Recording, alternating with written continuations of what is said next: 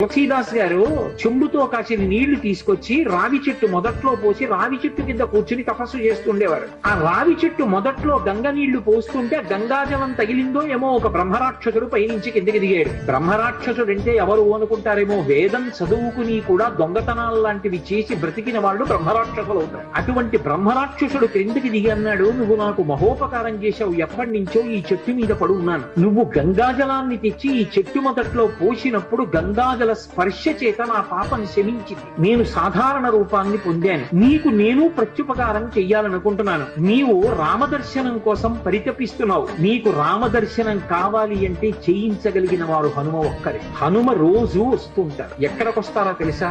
ఎక్కడెక్కడ రామనామం జరుగుతుందో, ఎక్కడెక్కడ రామనామం ప్రస్తావనకు వస్తుందో, ఎక్కడెక్కడ రామ కథ చెప్పబడుతుందో అక్కడ ఉంటారు. కాశీలో హనుమాన్ ఘాట్ లో ఒక వ్యక్తి రోజు రామాయణం చెప్తున్నాడు. అక్కడికి వచ్చి కూర్చుంటారు.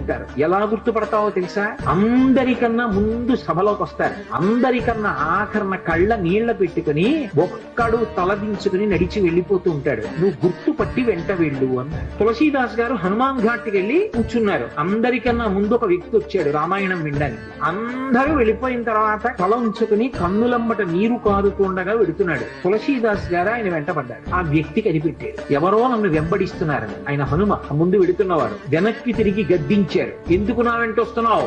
ఆగక, కాదు నాకు రామదర్శనం కావాలి, నీ వల్లే జరగాలి. వెళ్ళి కాళ్ళ మీద పడ్డాడు. కాళ్ళ మీద పడితే ఆయన ఒక స్థలాన్ని చెప్పారు, అక్కడ కూర్చుని నువ్వు జపం చెయ్యి, తపస్సు చెయ్యి, నీకు రామదర్శనం అవుతుందన్నారు. తులసీదాస్ గారు కూర్చుని తపస్సు చేస్తున్నారు. తపస్సు చేస్తుంటే రామలక్ష్మణులు ఇద్దరు రాజకుమారుల రూపంలో గుర్రాల మీద వచ్చారు. వచ్చి గుర్రాలు దిగి అరుగు మీద సేద తీరారు. ఎవరో రాజకుమారులని తులసీదాస్ గారు వాళ్ళిద్దరూ గుర్రం ఎక్కి వెళ్ళారు. హనుమ వచ్చారు, రామలక్ష్మణులు వచ్చారు, గుర్తుపట్టావా అన్న. ఎప్పుడు వచ్చారు అన్న. అయ్యో ఇద్దరు రాజకుమారుల వేషంలో వచ్చారయా, నువ్వు గుర్తుపట్టలేదు, వెళ్ళిపోయారు. ఎంతో బాధపడ్డారు. మళ్ళీ సాధన చెయ్యాలి. మళ్ళీ సాధన మొదలుపెట్టారు. మళ్ళీ సాధన మొదలు పెడితే కొన్నాళ్ళు అయిపోయిన తర్వాత చిన్న పిల్లవాడి రూపంలో రాముడు వచ్చాడు. గంధం తీస్తున్నారు తులసీదాస్ గారు రామచంద్రమూర్తికి అనులేపనం చేయడానికి. చిన్న పిల్లవాడి రూపంలో వచ్చి తాతా తాతా నాకు గంధం ఇస్తావా అని అడిగాడు. ఇది రాముడి కోసం రా పో అన్నారు తులసీదాస్ గారు. మళ్ళీ పొమ్మంటున్నాడు రా రాముడు వస్తే అని హనుమ వెంటనే పంజరంలో చిలక రూపంలో వచ్చి పాట పాడారు.